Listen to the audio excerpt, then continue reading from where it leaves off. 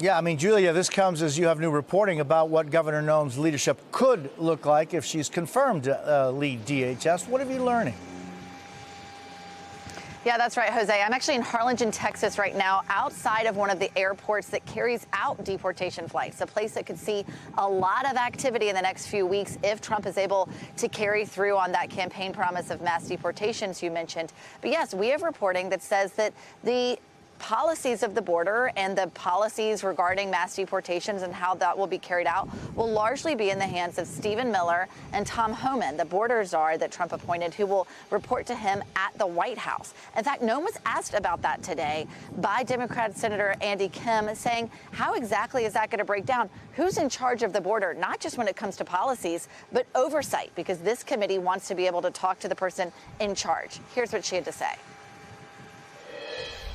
Tom and I work very well together and talk and communicate all the time, and we'll be working together on a daily basis when we're in our positions under the new administration.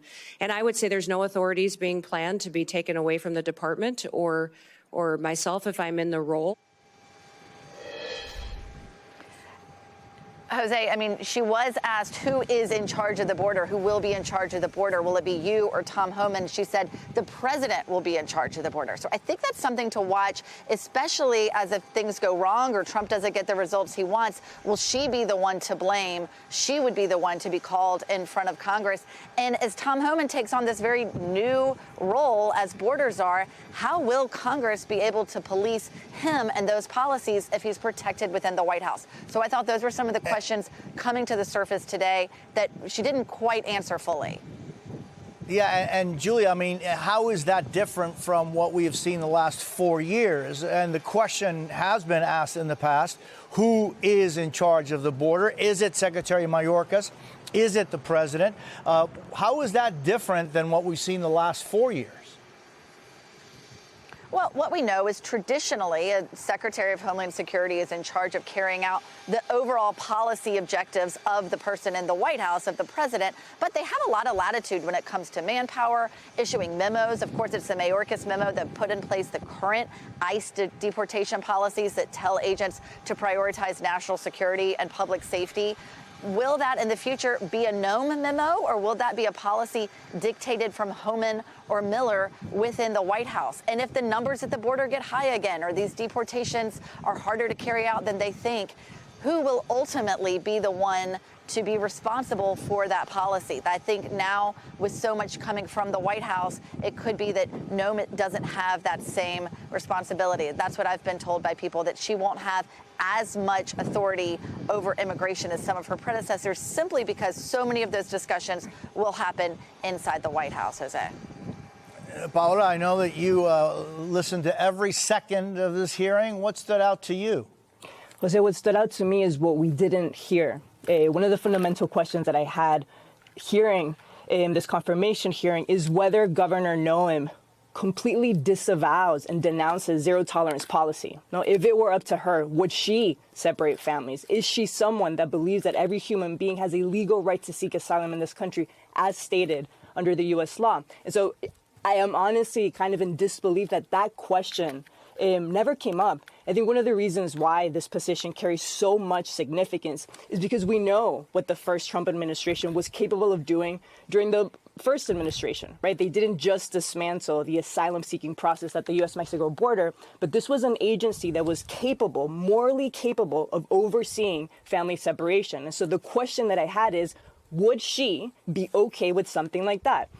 The other thing that really stood out to me, Jose, is this idea that the core of this ideology that she represents and defends is this idea that there is a fundamental invasion at the southern border, that there is a war zone happening. And that ideology, I think, will justify so much of this MAGA movement. It justifies invoking the Aliens Enemies Act. It justifies DHS sort of treating migrants as criminals. It'll justify so much of what we're about to see. And that is the one thing that was extremely evident, is that she fundamentally believes that we're facing that existential threat. Tara, what stood out to you today? There were a few things that stood out, and my concern as someone who looks at the proper role of government, of accountability, particularly when it comes to federal law enforcement and how our federal law enforcement will be used against American citizens, and the role that MAGA seems to think that our Department of Homeland Security and our federal law enforcement, they look at it as some type of like Praetorian Guard to protect the emperor here.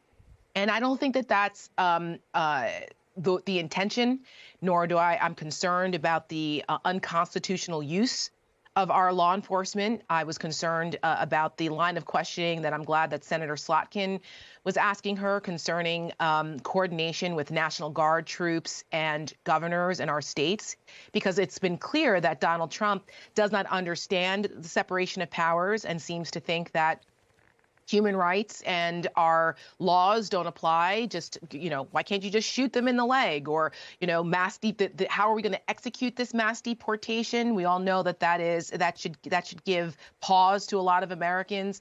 So the idea around normalizing some of these things that are very troubling when it comes to personal freedom and liberty and the proper use of our federal law enforcement and the way that they were shaping it, because there is this invasion, making it seem as though, are there problems with our southern border and immigration? Yes. I worked on immigration reform when I was a Capitol Hill staffer for 7 years. I understand it's a very complex thing, but the cruelty can't be what motivates the policy here. And when you have people like Stephen Miller and the awful things that he has said about immigrants, and Tom Homan, another person who has said some very troubling things about the approach to national security and our border security, these are unelected bureaucrats. I remember when Republicans used to be very upset about that, when Democrats wanted to have, quote, czars in certain positions. But now that seems to be the way they want to rule, so they can avoid accountability and oversight, the proper oversight by Congress.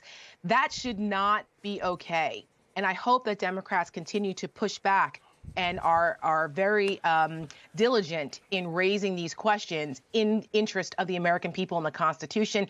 And one last thing, Kristi Noem wants to be the Department of Homeland Security Secretary, but that oversees the Secret Service. She needs a little history lesson as to what the original purpose of the Secret Service was. It was not protection. It was counterfeiting and financial crime. And it was 36 years later, after 1865, when the Secret Service was created, 2 more assassinations, when Congress finally said, perhaps we should add protection. So we understand that colloquially in today's terms, that's the Secret Service is known for protection. But if that's what their core mission is going to be now, then they should say that. But that was not their original mission. It was, in fact, counterfeiting. And there should be real conversations about the role of the Secret Service and improving it. And Stephanie, as we're speaking, it looks as though that in the Senate, 10 Democrats supported the entirety of the Republican side on allowing the Laken Riley Act to go forward. So what does that tell you about where the focus and the priorities are for this next Congress? I think that's a reflection of the fact that Democrats learned a lesson out of this this most recent election, that the American people do care about reasonable immigration laws. And so you're starting to see them acknowledge that. I remember when I was a member of Congress, I voted for a very similar bill to that Laken Riley bill called Kate's Law. And I was one of just a handful of Democrats to do so. And the blowback that my office received from the progressive left was overwhelming. And it was very simple. It was a law just like Laken Riley's law was, which is to ensure that people who are in this country illegally, who are committing crimes, are held to account. And Democrats have got to learn that they have got to be able to get to a reasonable position as it relates to immigration in this country, because Americans care about it and they're willing to punish legislators at the ballot box for not putting American security first. One thing that I will say about this hearing is that there was a lot of talk among the senators asking Kristi Noem to make a commitment not to politicize her role. What they didn't talk about is how her budget will be fairly politicized. She's going to be overseeing Border Patrol and ICE and FEMA, and those agencies over the last few years have seen their budget get caught up in highly political conversations within Congress and find that they haven't been able to have the funding that they need to execute on the mission that is in front of them. And so that'll be one of her biggest challenges, is securing the resources she needs to execute the responsibilities that she will have.